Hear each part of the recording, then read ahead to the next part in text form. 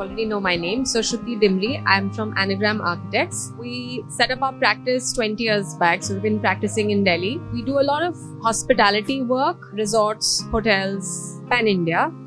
We also do a lot of institutional work. So that's the kind of work that we do. Since we're at the Smartex conference these past 2 days, can you tell us a bit more about what is smart design and architecture to you? Smart design is just making the building a little more efficient than it was previously. So I don't believe in saying it's smart architecture. I think it becomes smarter every time. So, start building smart, and then with more technology, more intentful design, it becomes smarter.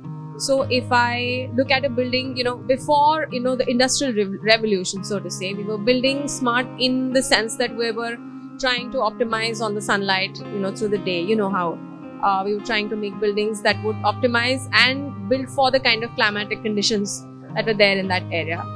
Over time now, with better technology, better materials, things have evolved. And so every time we put them into practice, we just become more smarter. I don't know if I answered that question. You've mentioned that you're currently working on academic institutions.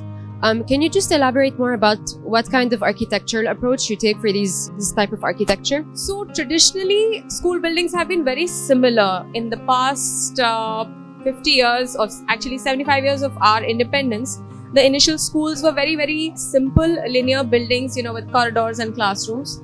But I find that more recently, because we're now open to very different kinds of buildings also, even school owners have started asking for more integrated forms, not just linear classrooms, because also education is not that linear anymore, because the curriculum is such that requires, kids to be inside class, outside class, interacting with, across batches sometimes. That really guides the architecture and the design also. So, the courtyard around which the classrooms are functions not just on one plan, on one floor, but across 3 different floors. So there's staircases that connect different floors, and students within the courtyard, come into the courtyard for a common class and then disperse into various different breakout areas. So, I think school design has really changed now. Also, the kind of schools that are coming up have also changed. So another school that we're designing is a sports school, where the open fields are the classrooms and the extracurriculars are the rooms inside, because your art class or your geography or your history is the extra subject that you do.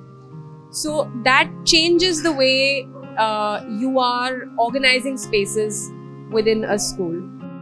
You've mentioned about the architecture language of academic institutions in India. How you think Indian architecture is now and what you see it becoming? I think it's not just true of India, but everywhere else, the language or the contextual language is really blurring, because we are all connected digitally and we see pictures and influences come from all over the world.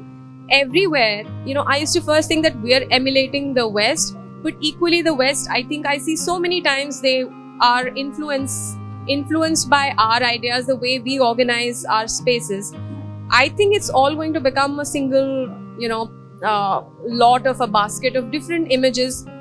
I go to Greece and I see the architecture there, and I come back and I visit so many places here that have been around for 10, 15 years. And if you say in the past 20 years, we've seen so many new spaces, buildings, architecture that's heavily influenced from, places all over the world. That's one. So influences are very many. And number 2, earlier we had a panel on parametric design. These design tools are giving rise to vocabularies that are very, very universal. So if you're using the same software and if you're also trained, outside India, my point is that, sad but true, I think the language is becoming common to all places. In that, as sensitive designers, we try to find Indianness within it. But in overall identity, I think as it is in India, there are so many identities because we are a mix of so many different cultures. With that, now when we start inheriting things from all over, it just becomes a richer, but also, more sort of common bank of architectural vocabulary. How did you find the Smartex conference? First of all, I was expecting to see a very, very focused, single topic sort of coverage across 2 days. But I'd say I'm glad to see that there is a plethora of various issues that have been covered. The panel that we were a part of was also very immersive, because everyone spoke about various different angles, various different aspects of the parametric design. That was the topic. So I think it's great. I wish them a lot of luck also, and look forward to it evolving as a space for discussing smart solutions and smart designs.